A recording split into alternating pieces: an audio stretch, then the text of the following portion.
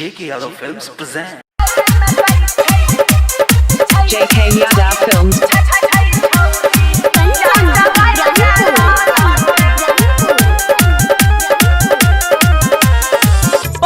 छौरी के रोजे रोजे चोटा रे, यही से पातर शरीर भेलै मोटा रे। आहा हा परे छे छौरी के रोजे रोजे चोटा रे, यही से पातर शरीर भेलै मोटा रे। त भाई रे एकरा सामना में फेल भेलै अनसका से। त भाई रे एकरा सामना में फेल भेलै अनसका से। त भूसा कायर में दै छै छौरी या जराई के लालटेन। त भूसा कायर में दै छै छौरी या जराई के लालटेन।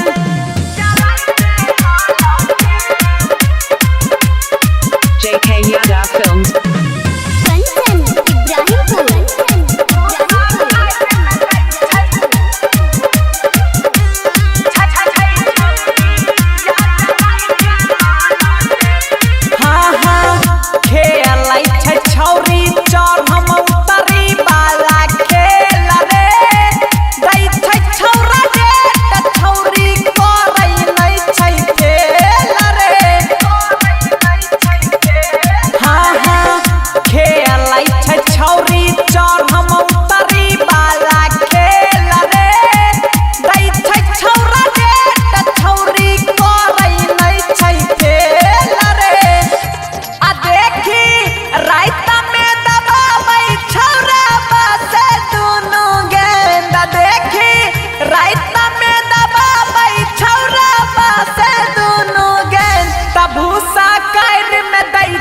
छौरी या जराई के लालटेन।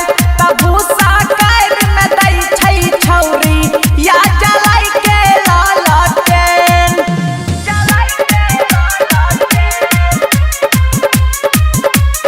JK Yadav Films.